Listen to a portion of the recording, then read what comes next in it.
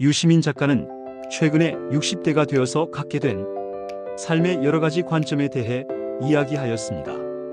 정치적인 지향성을 배제하고 이 시대를 살아가는 지식인 유시민 작가의 말은 60대라는 인생의 시점에서 생각해 볼 만한 여러 가지 좋은 내용이 있어서 정리해 보았습니다.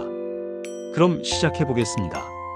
제1장 사람을 알아보는 법. 저는 이런 사람을 신뢰하지 않습니다. 나에게는 잘하면서 식당 종업원에게는 함부로 하는 사람. 그런 이들은 인간관계를 자기 이익을 위해 쓰는 경우가 많습니다. 사람을 보려면 이해관계와 무관한 자리에서 드러나는 행동 양식과 말을 봐야 합니다. 그것이 그 사람의 품성과 세계관, 인간관, 생활 태도를 보여줍니다. 제2장 존중과 자존감. 타인을 존중하는 사람은 자신도 존중합니다. 자존감이 높은 사람은 다른 사람에게 함부로 하지 않습니다. 타인을 함부로 대하는 사람은 사실 자기 자신을 함부로 대하는 겁니다. 그런 사람은 열등감에 휘둘리거나 비뚤어진 경우가 많죠. 우리는 타인을 고쳐주느라 인생의 에너지를 소모할 필요가 없습니다. 내가 좋아하고 잘 맞는 사람들과 살아가는 것만으로도 인생은 짧습니다. 제3장 감정노동에서 물러나기. 젊을 때는 감정노동을 버틸 수 있었습니다. 파트너의 장점을 고려하고 고맙다고 생각하려 애쓰면 어느 순간 제가 스스로도 진심으로 말하는 걸 발견하곤 했습니다. 하지만 이제는 지속적인 감정노동을 감당하기 어렵습니다. 어쩌다 한 번의 토론이나 대화는 괜찮습니다. 그러나 억지로 존중을 표현하며 꾸준히 만나는 관계는 이제는 정중히 사양합니다. 제4장 함께 밥 먹고 싶은 사람. 저는 자연스럽게 말하고 행동해도 문제가 없는 사람과 밥을 먹고 싶습니다. 오래된 친구들이 그렇습니다. 우리는 분기에 한 번씩 만나 사는 이야기와 건강 이야기를 나누고 맛집을 함께 찾아갑니다. 가끔은 제가 직접 낚시한 생선으로 요리를 하기도 합니다. 편안하고 즐거운 분위기 속에서 나누는 음식이 진짜 맛을 완성합니다. 그렇게 있는 그대로 괜찮은 사람들이 제 곁에 있습니다. 제5장 혐오와 악플에 대하여. 혐오의 시대는 영원히 사라지지 않을 것입니다. 그러나 그런 사람들이 다수가 된 적도 없습니다. 합리적인 다수가 경계만 잃지 않으면 그들이 세상을 지배하지 못합니다. 중요한 건 악플은 악플러의 인격을 드러낼 뿐이라는 사실입니다. 그건 당하는 사람의 잘못이 아닙니다. 그러니 스스로를 의심하지 마세요. 우리가 할 수 있는 것은 올바른 정보를 꾸준히 공급하는 것뿐입니다. 모두가 변하진 않겠지만 일부는 변합니다. 그걸로 충분합니다.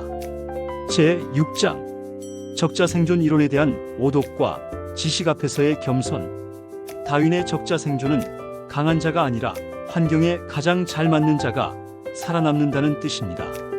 그런데 인간은 이를 오독하여 우생학 같은 비극으로 치달았습니다. 고상한 목적이 끔찍한 범죄로 변질될 수 있습니다. 그래서 우리는 지식과 진리 앞에서 늘 겸손해야 합니다. 내가 지금 믿는 확신이 절대적 진리일 수도 아닐 수도 있다는 가능성을 항상 염두에 두어야 합니다. 제7장 자아는 찾는 게 아니라 만드는 것. 자아는 어디 숨어있는 보물이 아닙니다. 우리는 메타인지로 내가 어떤 사람이 되고 싶은가를 떠올리고 그렇게 스스로 자아를 만들어갑니다. 어제의 내가 부끄럽게 느껴진다면 오늘의 내가 성장한 증거입니다. 자아는 하나가 아니라 나를 관찰하는 또 다른 내가 있습니다. 그 긴장 속에서 현실의 나를 되고자 하는 나에 조금씩 가까이 끌어당기는 것. 그것이 바로 삶이라는 과정입니다. 제8장 고독과 행복. 저는 혼자 있는 시간을 좋아합니다. 사람들은 외로움을 피하려 하지만 적절한 고독은 오히려 사람과 어울리는 시간을 더 빛나게 합니다. 행복은 계속 유지되는 상태가 아닙니다. 행복은 어쩌다 스치는 짧은 순간일 때가 많습니다.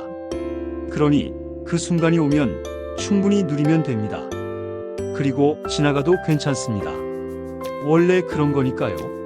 제 9장 먹고 읽고 쓰다의 나의 루틴 지키기. 제가 제일 좋아하는 것은 책 읽기와 맛있는 음식입니다. 내가 먹는 것이 몸이 되고 내가 읽는 것이 마음이 된다. 책은 텍스트를 넘어 종이의 질감과 잉크 냄새, 책장을 넘기는 소리까지 감각의 세계를 줍니다. 그리고 글쓰기는 제가 세상과 관계 맺는 방식입니다. 사람들이 공감해 줄 때 나만 그렇게 느낀 게 아니었구나 라는 만족감을 얻습니다. 제 10장 본능을 넘어. 우리는 집단 생활을 본능으로 하는 종이지만 유전자의 노예는 아닙니다. 때로는 본능을 거스르는 선택, 즉 이타적 행동을 합니다. 그 선택들이 모여 사회 전체의 생존 가능성을 높이기도 하죠. 그러니 관습 밖의 선택을 무조건 구박하지 마세요. 그 또한 자기 이해의 한 형태일 수 있습니다. 제 11장 자연스러움의 오류. 자연스럽다고 해서 반드시 바람직한 것은 아닙니다. 출산을 여성만이 담당하는 것은 자연스럽지만 그것이 좋은 것이라는 보장은 없습니다. 우리는 기술과 문화를 통해 새로운 길을 찾을 수 있습니다.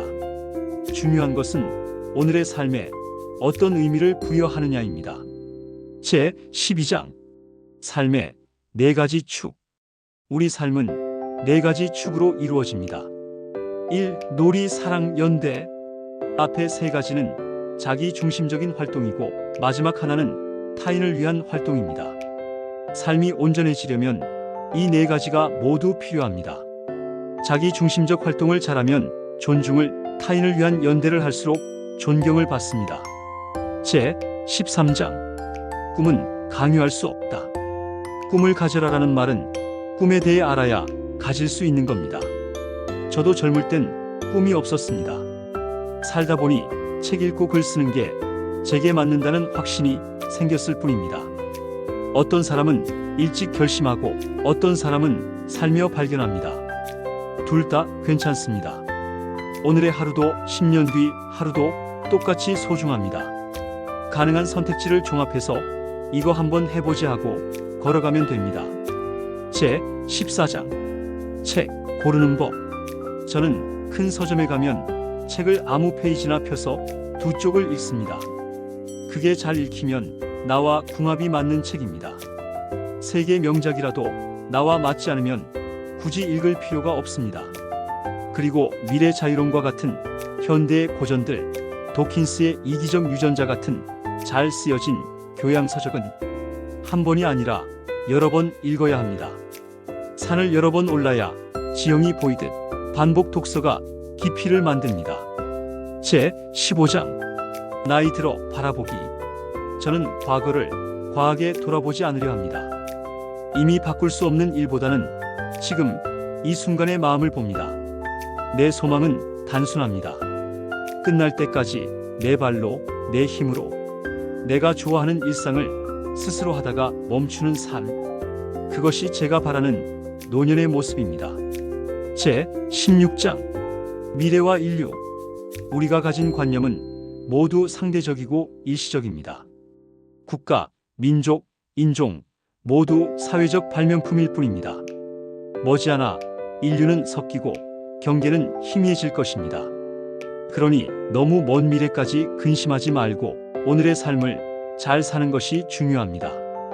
우리의 삶은 스스로 설계한 대로 내가 옳다고 믿는 방식대로 살아가는 것이 가장 적합합니다. 타인을 해치지 않는 한 그것이 바로 나에게 맞는 삶입니다. 그리고 행복의 순간이 오면 망설이지 말고 충분히 누리세요. 여러분 모두 오늘 나를 잘 사는 시간을 보내세요.